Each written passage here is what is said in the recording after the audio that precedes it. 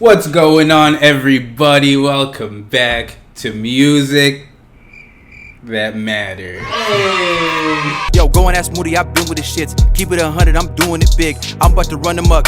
I'm getting bigger cuts. I ain't no runner up. Every beat that I'm on is a number one. Only thing that it means is I'm number one. Game over, my nigga, the jig is up. Can't nobody fuck with the three of us. You ain't gonna get me twice.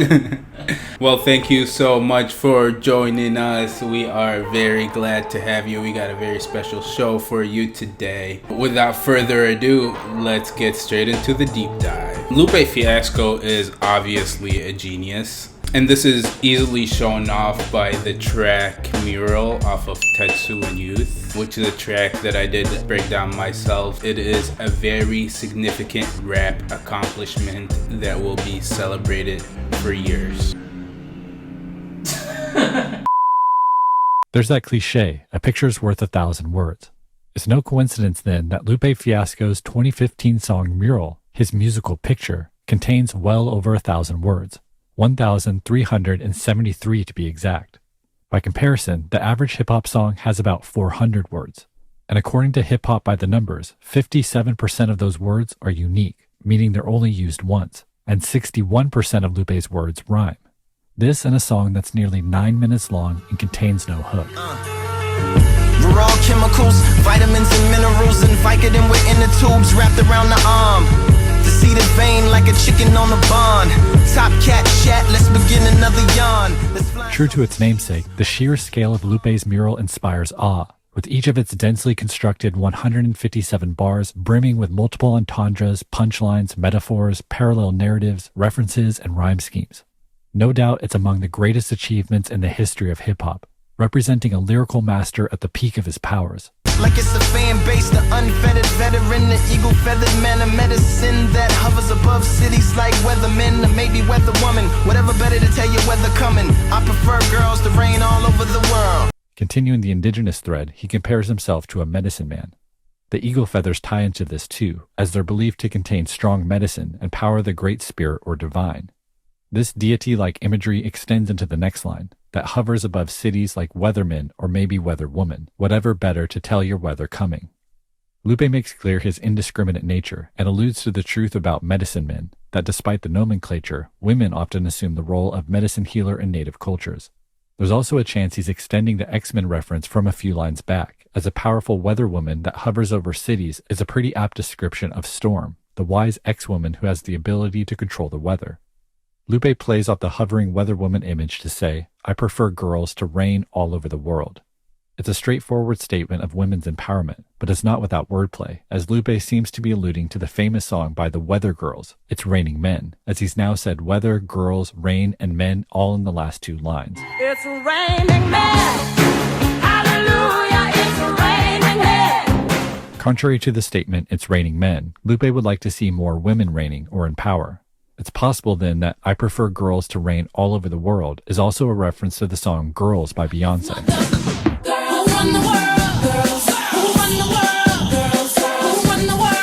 Within this thread of women's empowerment, Lupe might have been subtly addressing female sexual liberation here as well. In the previous line, whatever better to tell your weather coming could refer to an orgasm, while rain could reference women getting wet during sex. Sexual empowerment was a large part of the feminist movement in the 1960s, and that work continues to this day, so this layer would make sense given the context. Also, given the historical association between rain and women in hip-hop, one might think Lupe here means to make it rain or throw money at strippers. But Lupe takes extended measures to ensure his statement is not construed in this objectified way. So Cole Kushner there goes on some more about those two bars for what seems like forever, because there's so much to explain, and just listening to both of those episodes about Mural, there's so many moments filled with awe and enlightenment for me, and it's just a really great show. I definitely recommend everybody watches it. Now, I know it is not fair to compare artists' new work to their older work, but the difference to me in like the essence of the record, this new record that we're talking about here, Checkin by Lupe Fiasco, versus what these older stuff that we're talking about is just so different. Checkin is trash. Regarding that comment, let's listen to a clip from Checkin real quick here. That whole shit athlete, treat a lap dance like a track meet, none of my cars got backseats, fitted with the fitted, keep the cash neat, whipping on the strip and get a backbeat, asking me to smack on the ass cheek, looking out the club like Daffy, fall fall in love with a bad beach. Now you tell me, is that even the same person? It's hard to tell. Okay, so it's no question that Lupe Fiasco is one of a kind genius, and he is an MIT professor. We even covered his first class on the last season of Music Mondays in the first episode here. So Lupe Fiasco has a lecture online, so if you want to get a feel of what the lecture is like, I feel like this would be a great intro. Micro decisions, right? Your details. We'll get into what these are. So he definitely is, a force to be reckoned with, like a genius mind, thinker of our time. And I just thought it was interesting that he just dropped an interview with some of his MIT colleagues, Professor Nick Montfort, the professor of digital media, as well as Fox Harrell, the professor of digital media and AI at MIT. So they just dropped this interview talking about AI mainly, and a bunch of other things. And specifically in this portion here, they talk about some of the techniques that they use to find the best ways for AI to generate lyrics.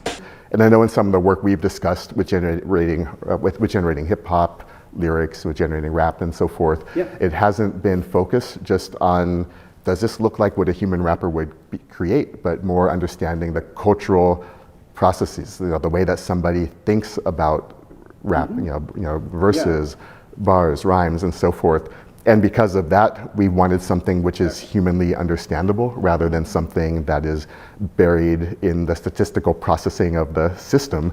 And so it just makes me think that we need a range of different kind of AI techniques, including the symbolic that are sometimes dismissed as go-fi, good old-fashioned AI. These days we need to leverage any of these kind of approaches. And I know our good friend Michael Matthias talks about that as expressive AI, which is where you can use any means necessary using AI to achieve expressive ends. And I think that's really right for the kind of thing that we are trying to accomplish.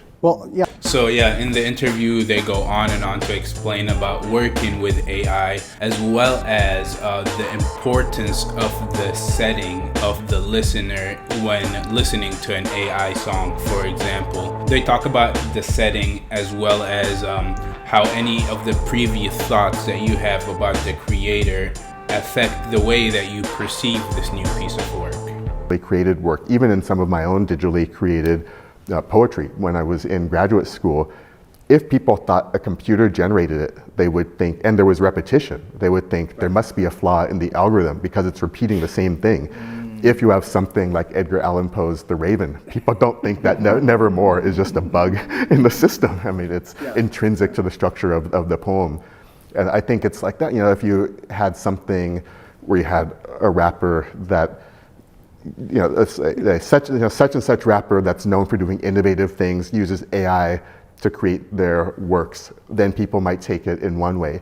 If somebody is known for doing, like what people think of as like highly commercial, almost disposable kind of work, and someone said, you know what, their rhymes are generated by AI, people might say, but that's horrible. Why are they just doing that? And it could be the exact same verse, but people take it in a totally different way.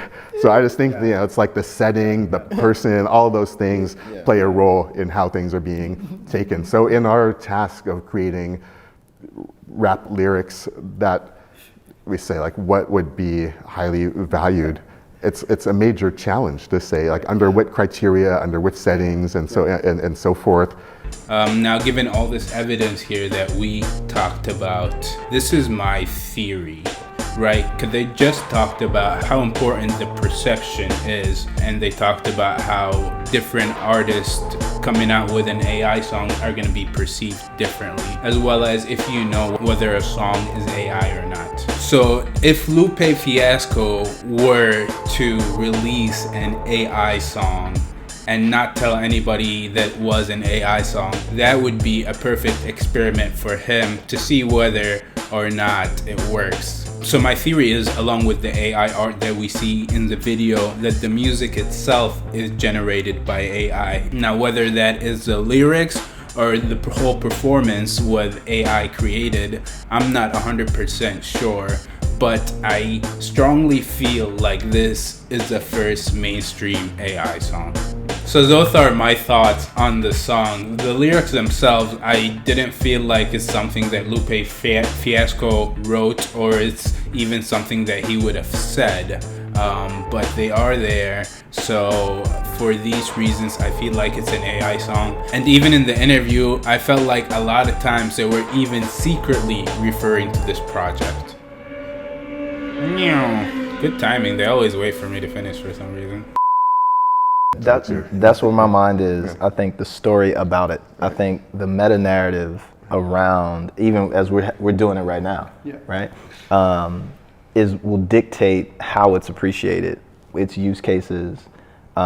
We may even just completely forget about what it does. It could just be sitting in a corner and just generating the same, or just a continuous stream of what have you.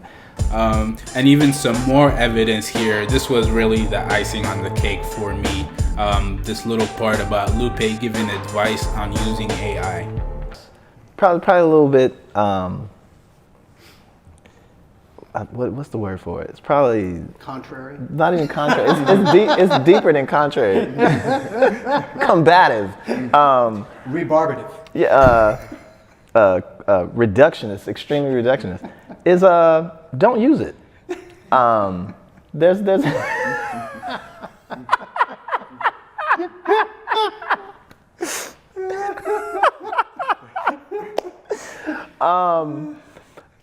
to your point about programming, right? Learn how to program. Learn how to write. You know, learn the programming that is traditional, classic, or contemporary writing styles, or art styles. So why is it contradictory for LUPE to say that? I think it's because he just released the first AI song of his discography. You know, I think it's still great advice. I think you should take LUPE's advice and try to learn how to program. I will definitely try my best to do that. Will you though? No, just kidding. So yeah, is this the first AI song that LUPE Fiasco ever dropped? I definitely think so. I'd love to hear your thoughts on this. Let me know what you think. Oh yeah, I definitely thought it was very interesting that this song, the lyrics aren't even on Rap Genius. So it definitely makes me feel like somebody is trying hard to hide something. I guess we'll find out, and when we do, we'll definitely come back to you. The conversation regarding AI and art is very interesting and definitely heating up right now. So even the Grammys recently just said that they are only allowing human creators to win a Grammy. So yeah, you do have to be a human creator to win a Grammy. However, humans can still use AI, but they still need to contribute quote-unquote content that is both meaningful and relevant. You know, the landscape is definitely shaping up here for the future with AI, and a lot of changes are happening. It's definitely a very interesting and exciting time. All proceeds to my chain.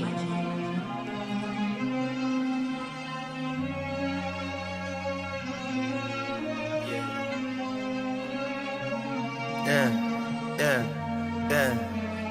Beanies got me outside, Lambos got me outside, Chrome Heart got me outside, Louis got me outside, Lambos got me outside. Alright, so on to the new jam section of the show. We still are talking a little bit about LUPE here, but just for a little bit. So first and foremost, I do just want to shout out the awesome fan. We have the Truest for the comment and for recommending the Singularity off of the new album Chicago. So shout out to you, the Truest. So yeah, the album Chicago by the multi-platinum, super accomplished, Grammy-winning Chicago native producer and rapper, the Legendary Traxster. So Traxter just released a new album, a new very long 30-song album featuring all Chicago artists called Chicago. You know, it hits deep, dope. I love it. Not all the songs. Chief Keef on there? No, he's not, unfortunately. Fuck.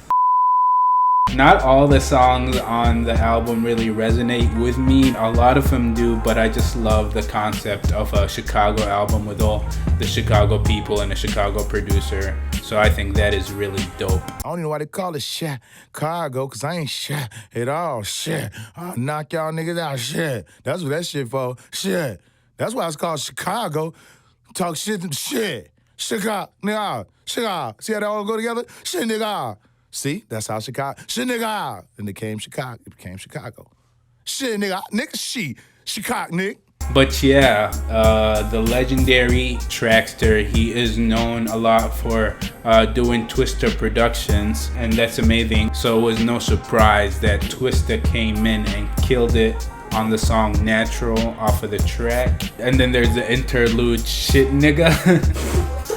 And that was hilarious. Just a hilarious few seconds. Then there's this open beat, Still Steppin'. You know, I think we should have a challenge where we all just rap to this. Let me know what y'all think. Let's set it up. And then we got Me Versus Me, which was actually my favorite track on the album. It had Mia London, and this is my first time hearing her music, and I thought it was really dope. Definitely surprised me. And then we go on to the Singularity by Lupe Fiasco, produced by the legendary Traxster. Now this song is more of what I would expect from Lupe at this point, you know. It's a dope and I think relatively straightforward song for Lupe Fiasco. A very long verse. It's sprinkled with a bunch of Chicago references and some genius wordplay. But breath control of a swordfish with more better yets than a thesaurus. We got options, we got layers. An undisclosed number of poles in the studio. So after the flow, and I can go vote for mayor and hey. So just like you heard, man, crazy wordplay, some of that good Lupe, you know what I mean? That was gay. Some more of my favorite lyrics from the song is when he said, man carry license plate cover, how much the car costs? A lot. That's a lot, like 47th and Woodlawn. So yeah, some of my favorite bars when he says, man carry license plate cover, how much the car costs. That's interesting. Like, did he buy a license plate? You know, one of those Saudi or like UAE, you know, they got those super expensive license plates. Maybe he's got one of those. I'm not sure. And then he says, that's a lot, like 47th and Woodlawn. Now, when I first heard this, I thought he said, that's a lot, like 47th and Woodlawn. And I'm like, I bet if I look it up, there's gonna be a big lot over there. So I look up 47th and Woodlawn. I'm looking, there's no lot. And bam, there's the giant mosque. He's saying it's a lot, like 47th and Woodlawn. Oh my God. Talk your shit, Sway. Let's hear it. You whack motherfuckers. This boy crazy. Oh my God. So yeah, definitely a dope song, and the dope album overall. I really liked it. So shout out to the legendary Traxster and that new album Chicago. Go stream it, check it out. And now on to the final segment of the show here, on to the featured tracks. So let's ask the youth. Do we have any featured tracks? Oh, do we? Alright, so Thug album just dropped. I heard. Hey, you know what? Matter of fact, I'm gonna need the microphone for this. Alright, do your thing. Alright, hold on. Let me get that. Thug album just dropped. Alright, so Thug's album just dropped, and yeah, Thug's album just dropped. Need I say any more? I mean, so Thug has dropped from Beyond the Cell, Free Thug, you know what I'm saying? It was fire, bro. What the fuck? It was fire. I can't even lie to you.